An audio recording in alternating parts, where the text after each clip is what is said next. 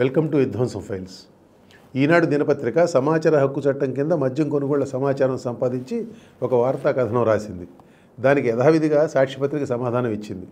అందులో రామోజీరావుపై దూషణలు మామూలే.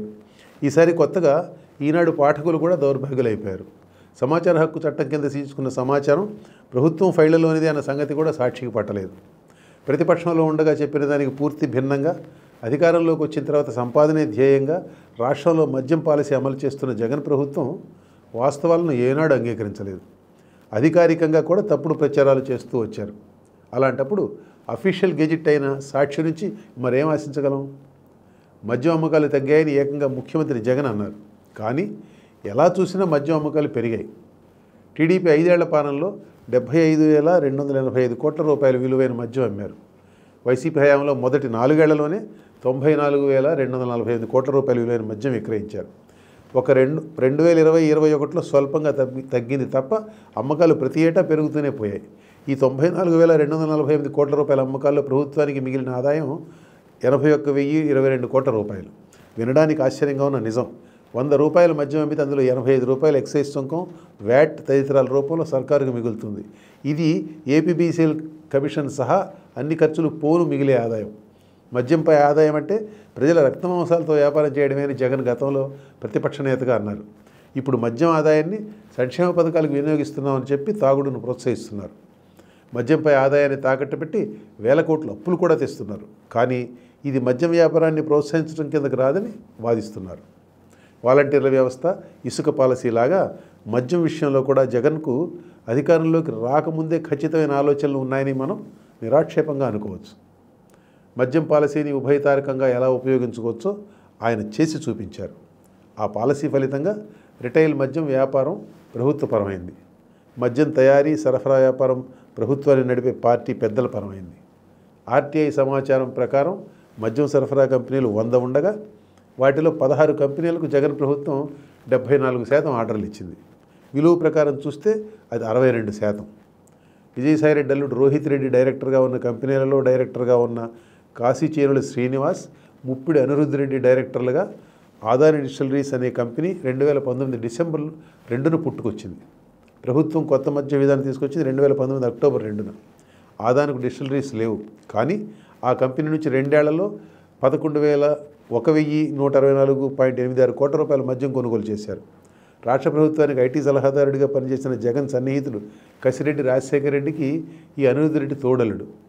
నంద్యాలలో ఉన్న ఎస్పీవై ఆగ్రో ఇండస్ట్రీస్కు మొదటి 2 ఏళ్లలో 1,863 కోట్ల రూపాయల విలువైన ఆర్డర్లు ఇచ్చారు. కొత్త మద్యం పాలసీ రాగానే ఈ డిస్టిలరీని పెద్దిరెడ్డి రామచంద్రారెడ్డి కుమారుడు ఎంపీ మిథున్ రెడ్డి వశం చేసుకున్నారని బీజేపీ రాష్ట్ర అధ్యక్షురాలు పురంధేశ్వరి ఆరోపించారు. హైదరాబాద్ సాగర్ సొసైటీలో ఒకే అడ్రస్ మీద ఉన్న ఎంఎస్ బయోటెక్, జిఆర్ అసోసియేట్స్ కంపెనీలకు బెవరేజెస్ కార్పొరేషన్ 2 ఏళ్లలో 774.71 కోట్ల రూపాయల మద్యం ఆర్డర్లు ఇచ్చింది. ఈ కంపెనీల యజమాని అమిరెడ్డి జైపాల్ రెడ్డి జగన్కు సన్నిహితుడని టీడీపీ నేత వంగలపూడి అనిత చెప్పారు. 2 ఏళ్లలో 1,996.66 కోట్ల రూపాయల ఆర్డర్లు సంపాదించిన తమిళనాడులోని ఎస్ఎస్జీ షుగర్స్, ఎస్ఎస్జీ డిస్టిలరీస్ కంపెనీలకు టీడీపీ మాజీ సభ్యుడు, టీటీడీ మాజీ సభ్యుడు, చెన్నై వ్యాపారవేత్త శేఖర్ రెడ్డికి సంబంధం ఉందని ఆమె అంటారు. ఈ ఆరోపణలు చేసినందుకు అనితను బ్రోతల్ హౌస్ నడిపే మనిషి అంటూ వైసీపీ నేతలు దూషించారు. ఆ దూషణలను విజయసాయిరెడ్డి తన ట్విట్టర్ ఖాతాలో పోస్ట్ చేశారు. అనితకు పని పాట లేక అబద్ధాలు చెప్తున్నారని అనుకుందాం మాట వరుసకు కాసేపు. మరి వీళ్ళంతా ఎవరు? ఎక్కడి నుంచి వచ్చాయి ఈ కంపెనీలు? దేశమంతటా దశాబ్దాలుగా చలామణిలో ఉన్న పేరు మోసిన బ్రాండ్లు తయారు చేసే కంపెనీలకు మొదట ఆంధ్రప్రదేశ్ తలుపులు బంద్ అవుతాయి. తర్వాత సొంత డిస్టిలరీస్ లేని కంపెనీలు కొన్ని మేము కొత్తగా మద్యం వ్యాపారాలకు దిగుతున్నామంటూ తయారవుతాయి. ప్రభుత్వ రిటైల్ మద్యం దుకాణాల్లో అమ్మే సరుకు కోసం ప్రభుత్వ రంగ సంస్థ అయిన బెవరేజెస్ కార్పొరేషన్ ఆ కంపెనీలకు పిచ్చి బ్రాండ్ల మద్యం సరఫరా ఆర్డర్లు ఇస్తుంది. పట్టుమని 10 లక్షల పెట్టుబడి లేకుండా కొత్తగా రిజిస్టర్ అయిన ఆ కంపెనీలు ఏపీ ప్రభుత్వంతో వందల వేల కోట్ల రూపాయల మద్యం వ్యాపారం చేస్తాయి. వాటిలో ఒక కంపెనీ డైరెక్టర్ అధికారపక్షం రాజ్యసభ్యుడి అల్లుడి కంపెనీలో కూడా డైరెక్టర్. ఇదంతా కూడా యాదృచ్ఛికమేనా? ఈ వ్యవహారంలో ₹1 అవినీతి లేదన్న వైసీపీ మాట నమ్ముదామా? జనం ఇంగిత జ్ఞానం మీద వైసీపీ నేతలకు ఎంత నమ్మకమో చూడండి. రాష్ట్రంలో మద్యం తయారు చేసే కంపెనీలు, మద్యం సరఫరా చేసే కంపెనీల్లో స్వతంత్రంగా వ్యాపారం చేసే సంస్థ ఒక్కటి కూడా లేదంటే ఏమాత్రం అతిశయోక్తి కాదు. మొత్తం అధికారపక్షం ఛత్రఛాయనే ఉన్నాయి. ఇదంతా ఒక ఎత్తు అయితే రాష్ట్రంలో జరుగుతున్న మద్యం వ్యాపారం అంతా ప్రభుత్వ పద్దుల్లోకి ఎక్కుతున్నదన్న ప్రశ్నకు జవాబు మరో ఎత్తు. ప్రభుత్వ రిటైల్ మద్యం దుకాణాల్లో మొదటి నుంచి ఆన్లైన్ చెల్లింపులు లేవు. బండి మీద ఇంటింటికి తిరిగి ఆకుకూరలు అమ్మేవారు కూడా మొబైల్ ఫోన్ ద్వారా జరిగే యూపీఐ చెల్లింపులు తీసుకుంటుండగా మద్యం షాపుల్లో ఆ చెల్లింపులు ప్రవేశపెట్టడానికి ప్రభుత్వానికి మనసు రాలేదు. 3.5 ఏళ్ల పాటు 100% నగదు చెల్లింపులే నడిచాయి. అవినీతి సంపాదన కోసమే నగదు చెల్లింపులన్న విమర్శలను ప్రభుత్వం ఏమాత్రం ఖాతరు చేయలేదు. చివరికి నగదు రహిత చెల్లింపులు ప్రవేశపెట్టారు, కానీ అది ఇంకా పాక్షికంగానే అమలవుతోంది. దగ్గుబాటి పురంధేశ్వరి రాష్ట్ర బీజేపీ పగ్గాలు చేతబూనిన వెంటనే మొదట మద్యం వ్యాపారంపై దృష్టి సారించారు.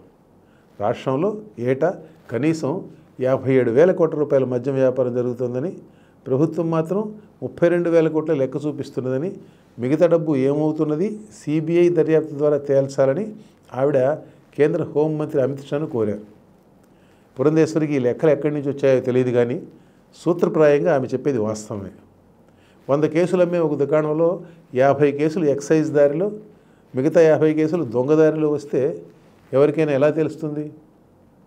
మద్యం తయారు చేసే కంపెనీ మన చేతుల్లో, మద్యం సరఫరా చేసే కంపెనీ మన చేతుల్లో, వారి నుంచి మద్యం కొనుగోలు చేసే కార్పొరేషన్ ప్రభుత్వానిది, కార్పొరేషన్ నుంచి మద్యం తీసుకొని చిల్లరగా విక్రయించే దుకాణం ప్రభుత్వానిది, ఆ ప్రభుత్వాన్ని నడిపేది మనం. మద్యం దుకాణంలో నడిచేది నగదు చెల్లింపులే కాబట్టి లెక్కల పేచీ లేదు. ఇలాంటి అల్లికలో నుంచి అవినీతిని వెలికి తీయడం ఎలా? ఏపీలో విక్రయిస్తున్న మద్యం విషపూరితమని గతంలో టీడీపీ నేతలు, తిరుగుబాటు ఎంపీ రఘురామకృష్ణరాజు ఆరోపించారు.